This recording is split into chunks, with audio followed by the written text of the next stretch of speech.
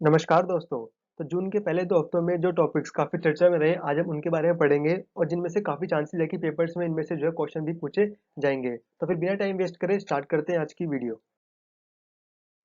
तो गाइज़ हमारे पहले क्वेश्चन में जो है कॉप 26 के बारे में कुछ स्टेटमेंट्स दी हुई है और हमें ये बताना है कि इनमें से कौन-सी स्टेटमेंट जो है वो गलत है। तो इसका सही आंसर है ऑप्शन बी, लेकिन जो सेकंड स्टेटमेंट है वो गलत है। तो चलिए इस क्वेश्चन को थोड़ा और डिटेल में पढ़ते हैं।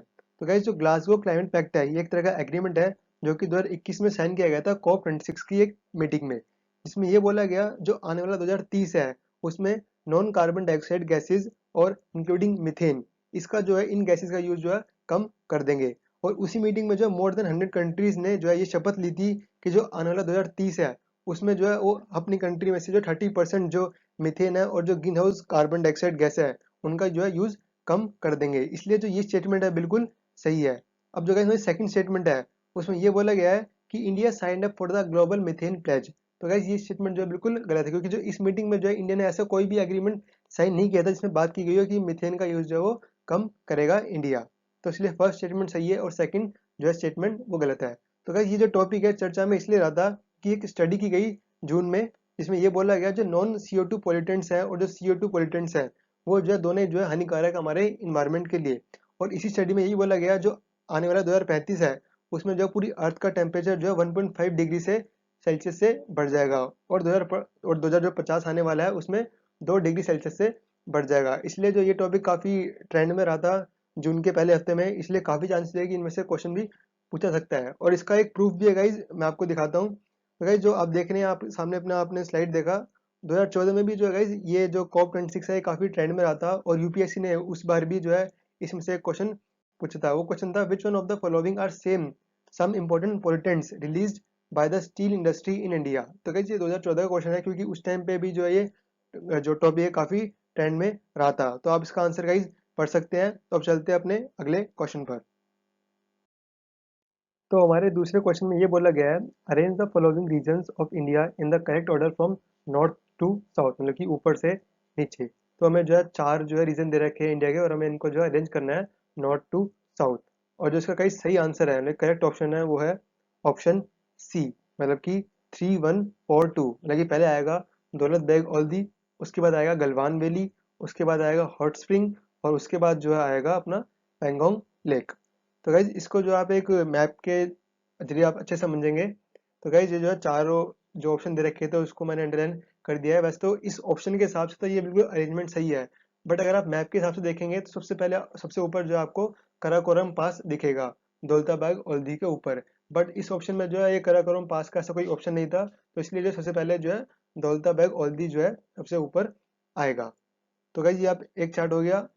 अब गाइज ये न्यूज़ जो है ये काफ़ी चर्चा में क्यों रही? तो गाइज ये जो न्यूज़ है चर्चा में इसलिए रही क्योंकि जो रिसेंटली जो मिनिस्ट्री ऑफ एक्सटर्नल अफेयर्स है उसने ये कंफर्म किया है कि जो चाइना है वो अपना दूसरा पुल बना रहा है पेंगोंग लेक पर।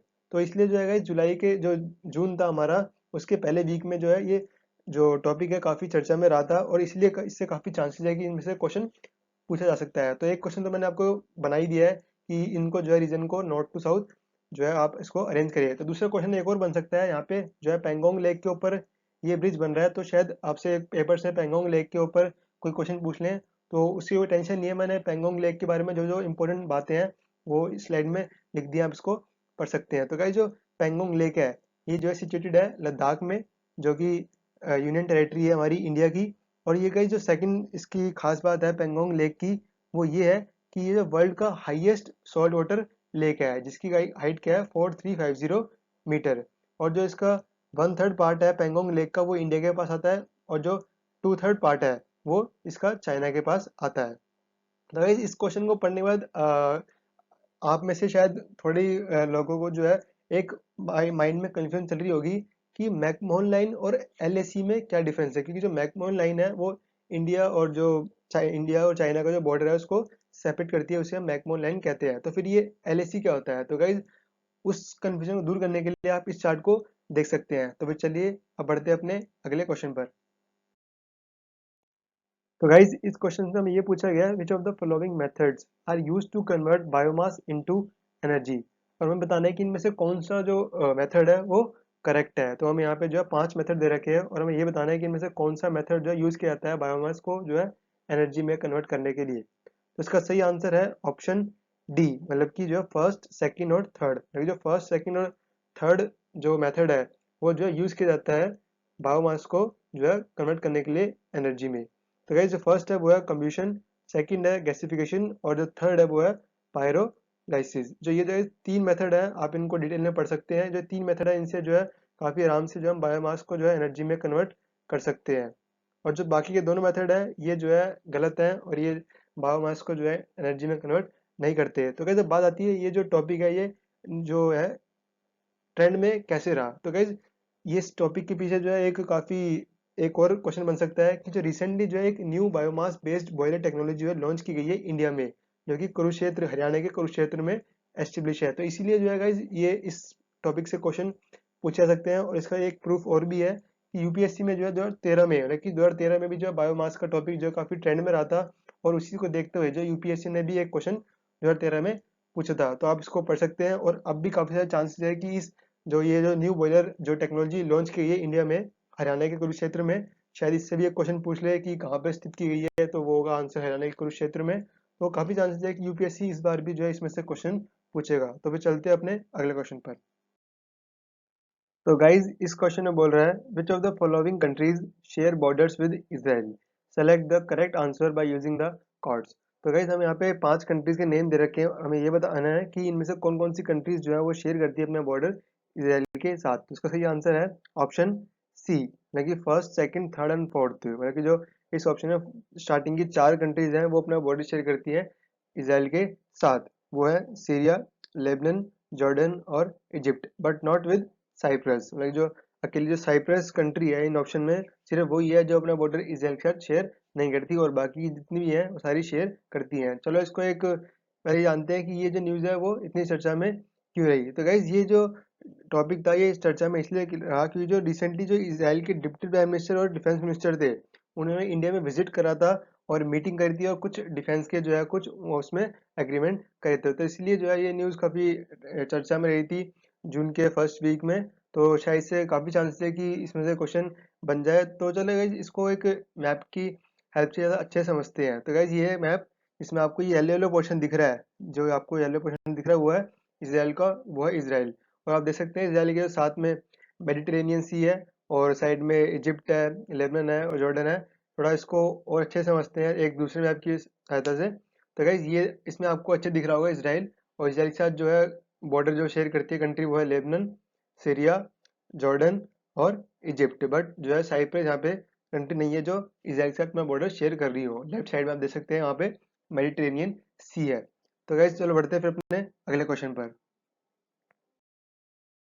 तो गाइज इस क्वेश्चन में बोल रहा है regarding the environment performance index consider the following statement, which of the statements given above is are correct. तो गाइज कभी भी अगर आपके पास स्टेटमेंट वाला क्वेश्चन है पेपर में तो उसकी लास्ट लाइन जरूर पढ़ लेना कि स्टेटमेंट वाले क्वेश्चन में हमसे करेक्ट ऑप्शन पूछा है या फिर करेक्ट इनकरेक्ट स्टेटमेंट पूछी है। तो यहाँ पे हमसे गाइज करेक्ट स्टेटमेंट पूछी है ईपीआई के बारे में। तो इसका सही आंसर है option D, first, second and third. मतलब कि जो सारी की सारी स्टेटमेंट है बिल्कुल सही है। तुम्हारी फर्स्ट स्टेटमेंट है it's a biennial index publish by the world economic forum. मतलब कि जो गाइज ये एक तरह का बाई इनल इंडेक्स है जो कि पब्लिश किया जाता है वर्ल्ड इकोनॉमिक फोरम के द्वारा।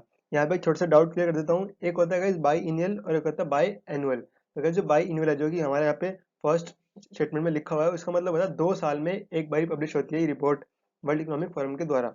और जो बाई एनुअल होता है उसका मतलब होता है 1 साल में 2 बारी रिपोर्ट पब्लिश होती है। बट यहाँ पे जो है 2 साल में एक बारी होती है, तो बाई इनियल। और जो सेकंड स्टेटमेंट हमारी वो है Denmark has topped the 2022 ranking for EPI 2022। मतलब जो डेनमार्क है उसने जो है टॉप की सबसे टॉप की रैंक जो है हासिल करी है 2022 के ईपीआई इंडेक्स में। और मेरे ख्याल से सेकंड नंबर पे जो यूके है और थर्ड नंबर पे जो है वो फिनलैंड है। वो उसका भी चार्ट देख लेंगे, उसकी कोई दिक्कत नहीं है। और जो थर्ड स्टेटमेंट है उसमें बोला है India has witnessed a decline in its environmental performance index as compare to its performance in EPI 2020। मतलब कि अगर हम इंडिया की जो परफॉर्मेंस है ईपीआई में अगर हम 2020 से उसको कंपेयर करें 2022 वाली को, तो जो है इंडिया को जो है डिक्लाइन, मतलब कि जो है उसकी जो रैंक है वो नीचे आ गई है और भी 2020 के मुताबिक। तो तीनों की तीनों स्टेटमेंट जो है बिल्कुल सही है। अब इसको थोड़ा और डिटेल में पढ़ते हैं। तो गाइस जो इन्वायरमेंटल परफॉर्मेंस इंडेक्स है वो जो है वर्ल्ड इकोनॉमिक फोरम के द्वारा जो है रिलीज की जाती है। और जो वर्ल्ड इकोनॉमिक फोरम के साथ जो है उसका साथ देता है guys Yale centre of environmental law and policy and Columbia University. तो गाइस ये तीनों मिलकर जो है इन्वायरमेंटल परफॉर्मेंस इंडेक्स को जो है ये पब्लिश करते हैं। और सेकंड है डेनमार्क टॉप द 2020 रैंकिंग, ये तो आपने सभी ने पढ़ ही लिया है। और गाइस इस साल जो है इंडिया ने जो है 18.9 स्कोर करा है, जिसकी वजह से उसको जो 180 रैंक मिली है, जो कि सबसे खराब रैंक है इंडिया की इस बार। इससे पहले जो गाइस हुई थी, India was earlier rank 168th rank in EPI 2022 इस 2022 वाली जो 2020 वाली रैंक बता रही है, उसमें इंडिया ने 27.6 स्कोर करा था, जो जबकि 168 पे रहा था। बट 2022 में, जैसे कि आप मैंने ऊपर बताया, 2 साल में एक बार रिपोर्ट आती है, तो 2020 की आ चुकी है। अब 2022 की जो आई है उसमें जो इंडिया ने और भी खराब परफॉर्म करा है इस वाले इंडेक्स में। तो गाइस इस और ये गाइस इसीलिए जो है ये न्यूज़ जो है जून के फर्स्ट वीक में इसलिए काफ़ी चर्चा में रहती है, क्योंकि इस ये जो इंडेक्स रिलीज हुआ है 2022 का, इसमें इंडिया सबसे लास्ट रैंक उसने हासिल करी है। तो काफ़ी चर्चा में रहती है जो टॉपिक है कि कैसे क्यों इंडिया ने जो है ये बिल्कुल लास्ट इंडेक्स पे आई है। तो इसलिए जो है गाइस इसमें से काफ़ी चांसेस है कि इस पेपर में क्वेश्चन पूछ लिया जाए कि इंडिया की रैंक क्या थी, स्कोर क्या था। तो आप जो है इसके एक चार्ट और दिखाता हूँ, उसकी हेल्प से आप समझ सकते हैं।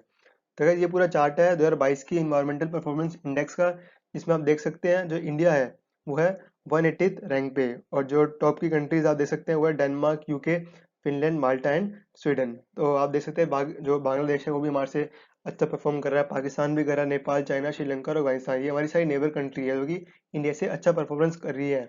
जबकि यहाँ पे अफगानिस्तान में काफ़ी लड़ाई चल रही है, पाकिस्तान और से इतना डेवलप नहीं है, पर फिर भी जो है इन्होंने जो है इंडिया से अच्छा परफॉर्म करा है इस इन्वायरमेंट इंडेक्स में। और आप नीचे देखेंगे सम की इंडिकेटर्स भी दिखा रखा है, और इंडिया बायोडाइवर्सिटी के मामले में जो इंडिया 179 रैंक पे है, ग्रीन हाउस गैस एमिशन में 171 रैंक पे है। तो सारी रैंक्स दे रखी है इंडिया की अलग अलग इंडेक्स में। तो गाइज इसके साथ बढ़ते हैं अपने अगले क्वेश्चन पर।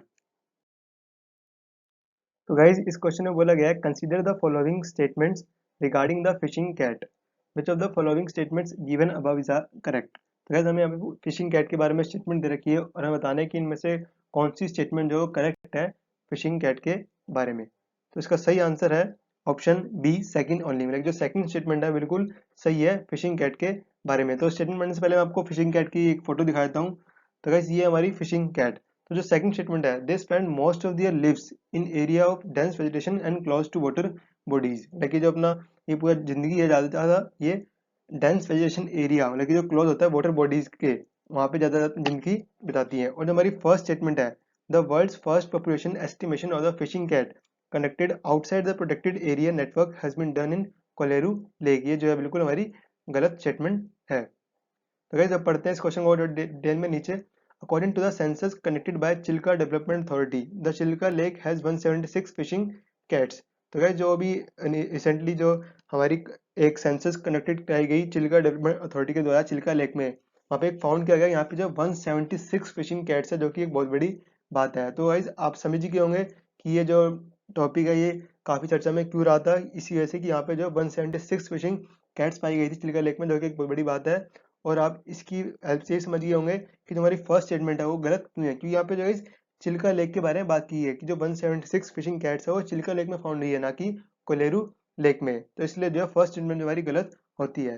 और गाइज इन फिशिंग कैट्स की एक खास बात ये है, इनका जो नेचर होता है वो होता है नॉकटर्नल, मतलब कि जो ये एक्टिव होती है नाइट में ज़्यादा दिन की बजाय, मतलब कि जो रात में ज़्यादा काम करती है दिन की बजाय। और गाइज सिर्फ ये जो है शिकार सिर्फ फिश का ही नहीं करती, जो फिश से थोड़े बड़े बड़े जानवर होते हैं जैसे स्नेक हो गया, फिर फ्रॉग हो गया, बर्ड्स हो गया, और भी कई जानवर होते हैं, उनका भी जो है शिकार करने में माहिर होती है। और जैसे कि हम सेकंड स्टेटमेंट में पढ़ ही चुके हैं कि जो ये अपनी लाइफ है, जो अपनी ज़िंदगी है सबसे ज़्यादा ज़्यादा जो है कहाँ पर बिताती है, क्लोज टू वाटर बॉडीज़ के पास बिताती हैं अपनी, और इसकी वजह से जो है काफ़ी अच्छी स्विमर्स भी होती हैं। तो गाइज ये था हमारा फिशिंग गाइड के बारे में। तो गाइज जो चिल्का लेक है उसके बारे में जो है एक दो खास बात ये है, जो चिल्का लेक है वो एशिया का लार्जेस्ट और वर्ल्ड का सेकंड लार्जेस्ट जो है वो हमारा लगून है। और आप देख सकते हैं जो चिल्का लेक है वो हमारे उड़ीसा में आते हैं, इस मैप की वजह से समझ सकते हैं अब। तो गाइज ये हमारा चिल्का लेक। शायद गाइज आज की वीडियो में इतना ही। अगर आपको वीडियो में कोई भी डाउट हो तो आप प्लीज़ कमेंट बॉक्स में मेंशन करिए। Till then keep watching, keep